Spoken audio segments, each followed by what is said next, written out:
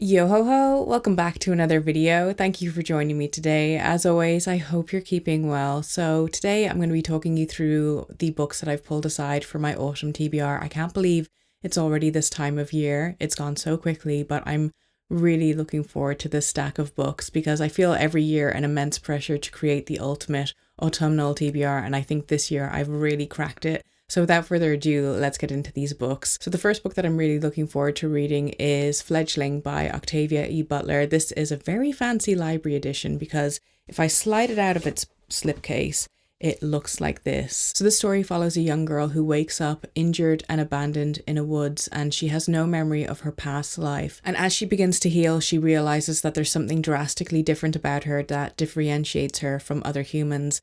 And that fact is that she's actually a 53-year-old vampire who's been hunted. After learning this, she realizes that she's going to have to lean into her vampiric abilities and learn as much as she can if she has a chance at outsmarting those who are after her. It's Octavia E. Butler's last novel that she published before she passed away. And this is a story that's been held in such high regard that I've always been super curious about it. And I've noticed over the last couple of months that I haven't really read that many stories about vampires, and the fact that this is kind of like literary fiction that leans into horror. To me, this sounds like it's going to be a 5-star read. The next book that I'm really looking forward to picking up this autumn is A Carnivore's Inquiry by Sabina Murray. So I don't remember how this book originally got on my radar, but I'm so glad it did because I think this is going to be an absolute hidden gem of a novel.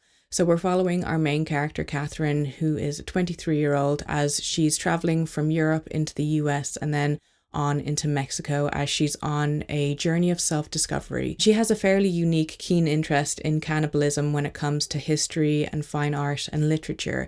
But the thing is, wherever she goes, there is a trail of bodies left behind, and she has this horrible feeling that there may be something really unpalatable living within her, and that she may actually be responsible for this bloodbath that's been left behind. I haven't really heard anyone else talk about this book, and it was a complete blind buy for myself. But I'm really hoping that I'm going to enjoy it. I hope this is a new weird girl book that I'm going to be completely obsessed with. The next book I've heard mixed things about, but it's one that I've been curious about for quite some time, so I got it from the library, which is Bluebeard's Castle by Anne Buller. So Anne Buller is actually the person who wrote the screenplay for The Love Witch, if you're familiar with that film. So just based on the aesthetic of that film alone, it has me very curious about this book. I do know that this book does read as if it's a screenplay, and I think that's the main complaint that most people have with it, is that they don't really enjoy the formatting of the story. But the story is about a mystery writer called Judith who is swept up in a whirlwind romance after she meets a man at a party. She doesn't really know anything about this man, but it turns out he's a wealthy baron who completely sweeps her off her feet and turns her from a bitter single woman into basically the heroine of a romance novel. But after their honeymoon in Paris, he whisks her back to his castle where his true nature is revealed and his mask ultimately slips. Trapped but not wanting to actually leave, Judith finds herself basically living the life of a Gothic horror novel, where she finds herself in a deeply abusive relationship and she knows she should get out, but she still longs for the man that she fell in love with. So as you can tell, this really does sound like something that would be up my alley because I love Gothic horror. I love that archetype and how the novels are set up and how the characters are stereotyped and all that sort of thing. So I really do hope that I enjoy this one. Another book that I'm really looking forward to picking up is Affinity by Sarah Waters. I haven't read any Sarah Waters books yet, but I just know that she is an author that I feel like would be a new favorite of mine based on the themes that she writes about. So this follows our main character, Margaret, as she's recovering from a suicide attempt, and as part of her rehabilitation, she starts visiting a women's prison. While the prison is filled with thieves and murderers, Margaret finds herself interested in a seemingly innocent inmate, Selena, who's only there after a seance she was hosting went horribly wrong, resulting in the death of an elderly woman and leaving a young girl traumatized after what she witnessed. Even though Margaret is a skeptic of anything paranormal, she finds herself increasingly drawn into Selena's world, and as a result, she's inspired to commit a plot to regain Selena's freedom and her own. So obviously any Sarah Waters book is suitable to read over the autumn/spooky season,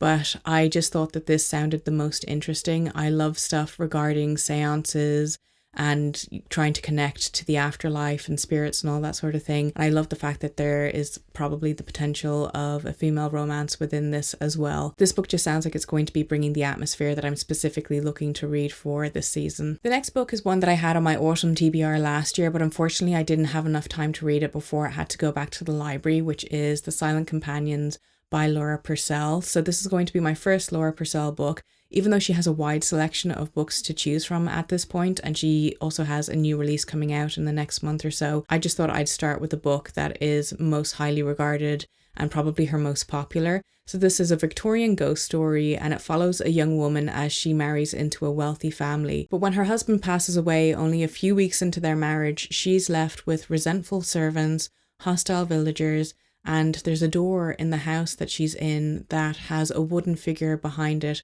that looks an awful lot like her. And this wooden figure is referred to as the Silent Companion, and the servants in the house are absolutely terrified of it. But our main character dismisses their fear for silly superstition up until one day when she sees the figure's eyes moving and following her. So I feel like this is a quintessential autumn read, and I'm just really looking forward again to this super atmospheric Gothic tale. Then a non-fiction book that I'm going to be reading is The Witches, Salem, 1692, A History by Stacy Shiff. So this is a book obviously documenting the Salem witch trials, and it specifically only does focus on Salem, on those events that happened over a year or so. It doesn't delve into any of the witch trials that were already happening in Europe, and that is one of the downsides that people say about this book, is that it's just too pinpointed, and it would have been interesting had the author referenced what was already ongoing in the world before it kicked off in Salem. However, the Salem witch trials has always been a special interest for me. It's something that I got to study when I was in secondary school, and I was really glad to have that opportunity to.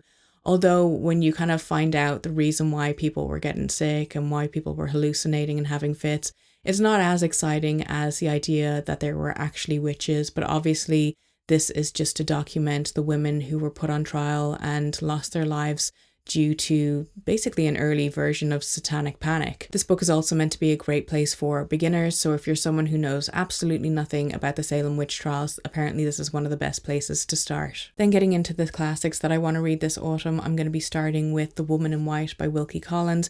This is a book that comes up time and time again for me, and I just haven't read it yet, and a lot of people would assume that I have read it. A few people have asked me over the years what's my opinion on it, and every time it comes up I feel embarrassed that I haven't gotten to it yet. So this is the season that I'm finally going to pick it up. The story follows our main character, Walter Hartwright, as he is secretly infatuated with one of his students who ultimately goes missing. The story opens up with him encountering a woman on a moonlit night on this abandoned road who looks an awful lot like the girl who's disappeared. And this mystery then leads him to meet the sinister Sir Clyde and his friend Count Fosco. Little does Walter know that the two men are actually conspiring to steal the identity of the girl who's gone missing in order to claim her inheritance. So this is a classic psychological thriller, and I'm so jazzed to finally pick it up. And I actually found this edition in a charity shop. It looks brand new. I know I said before that I'm not a huge fan of the Penguin English Library editions, but I'll take it for €1. Another Gothic classic that I'm super jazzed to finally be picking up is Notre Dame de Paris by Victor Hugo. This is the classic Hunchback of Notre Dame story,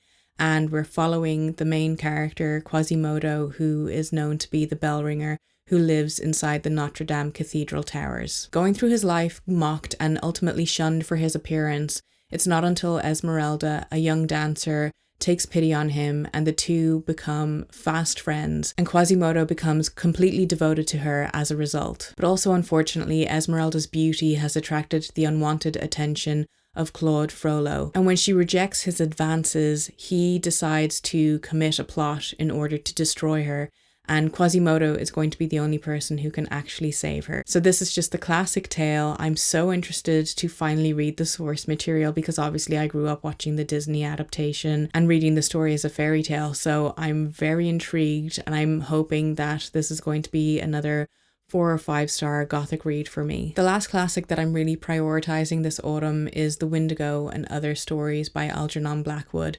Algernon Blackwood is a really well-known, really high-regarded classic author. His tales were mostly cosmic horror, folk horror, and Gothic horror. So this collection includes his most famous tales, which are the Wendigo, the Willows, and Ancient Sorceries. So I'm really looking forward to this. I'm planning to do a video on folk horror, and I feel like I can't do that until I get this read. Now, to get into some of the horror and fantasy stuff that I want to read, I will be doing a separate Halloween TBR for the month of October. So this is why there's not many actual horror novels on this list. One that I'm really looking forward to is The Library of Hellebore by Cassandra Khaw. I will admit that this is a Evernight subscription that I completely forgot about, and when it arrived, I realized, oh, that's what the €30 that was taken out of my account was. So I probably would have skipped it had I actually remembered it was coming up, but I think I am going to be discontinuing my subscription with Evernight just because I think it's just too expensive for what it is.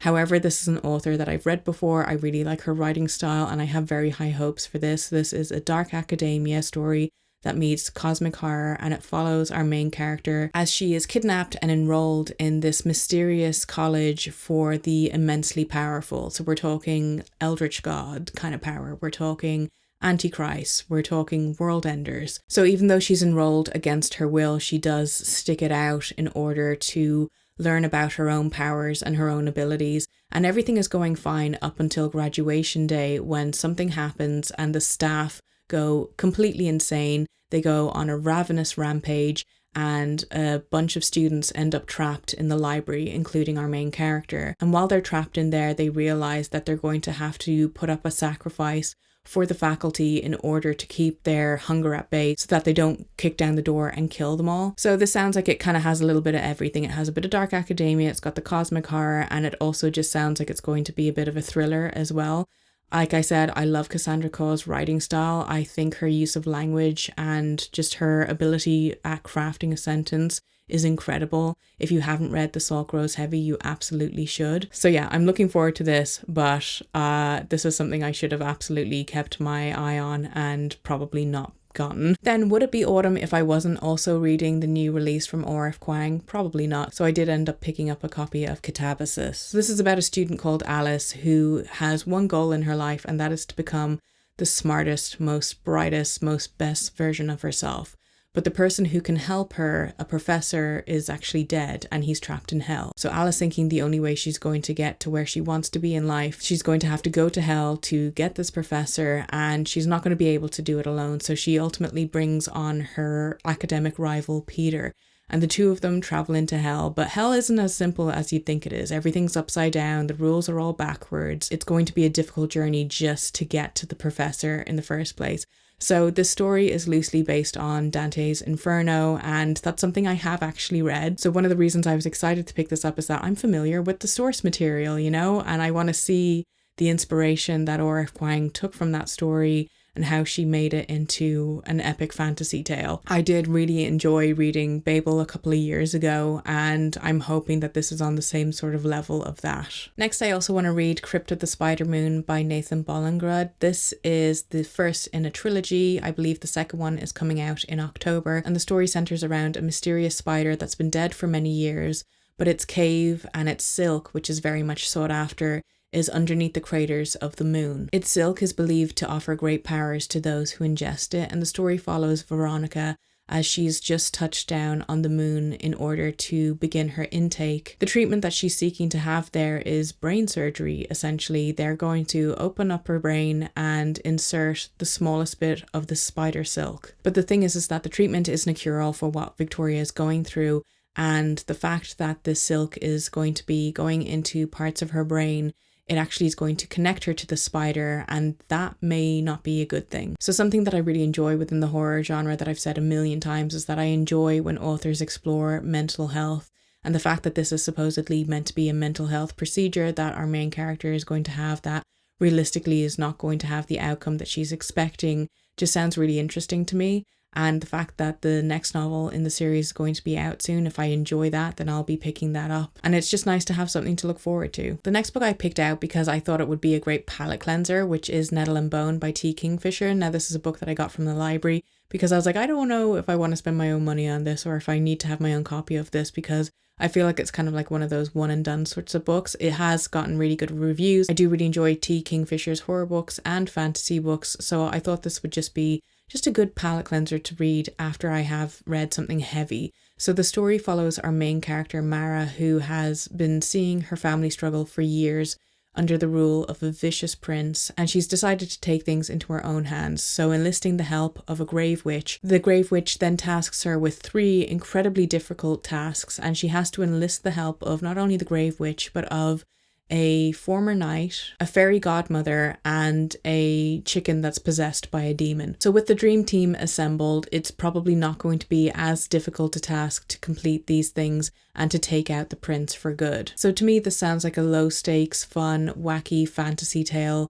And like I said, I'm just going to pick it up when I feel like I'm in the need for something a bit lighter. Also from the library, I picked up Inkblood Sister Scribe by Emma Torres. This is a book that I've seen so many people review, and I've not really paid attention to what the story is about, but it's more so how people talk about it and like how enthusiastic they have been about it. So I was just like, my curiosity got the better of itself, and I decided to take out a copy and give it a go. So this story follows 2 estranged sisters who have been brought back together after their father's death, as the father in his passing has tasked them with carrying on their family legacy, and that legacy is to be the protectors of a magical library of rare books. So we have one sister who always stayed by the father's side and has always been around the library and read a lot of the books that the library contains, and the other sister just fled to Antarctica, but she's finally realised how important family is and she's come back. But together they discover a really dark family secret, and they realise the true power that they're tasked with protecting and how they really just need to take it seriously. So yeah, aside from that, I don't really know much else about this, but I'm excited to give it a go, probably come November time. And then the last book that I'm really looking forward to picking up this autumn is actually a pre-order, and it is the latest volume in the Legends and Latte series, which is Brigands and Bread Knives by Travis Baldry. Now, you wouldn't think to look at me that I'd be someone who was into that series, but I picked up the first book last year and I absolutely fell in love with the writing style and the characters, and I immediately needed more. And in this volume, we're following Fern as she decides to pack in her bookshop and pick up sticks and move to the city to find her old friend Viv and make new memories and open a new store next to the coffee shop. But it's not going to be as simple as Fern has in mind, and she ends up in the company of a renowned warrior and a goblin. And basically this is going to be another heartwarming, endearing, low-stakes fantasy tale, and I genuinely can't wait for this to come out. So those are all the books that I have planned to read over the autumn period. Let me know if you're planning to read any of the same or what you're planning to read yourself. And if you liked this video and you haven't done so already, feel free to like and subscribe, as it really helps the channel out. And if you want to keep up with me outside of YouTube, you can always follow me on my Instagram and TikTok, where I make short form bookish content that I don't really share over here. And as always, I hope you enjoy this video, and I will talk to you soon. Goodbye.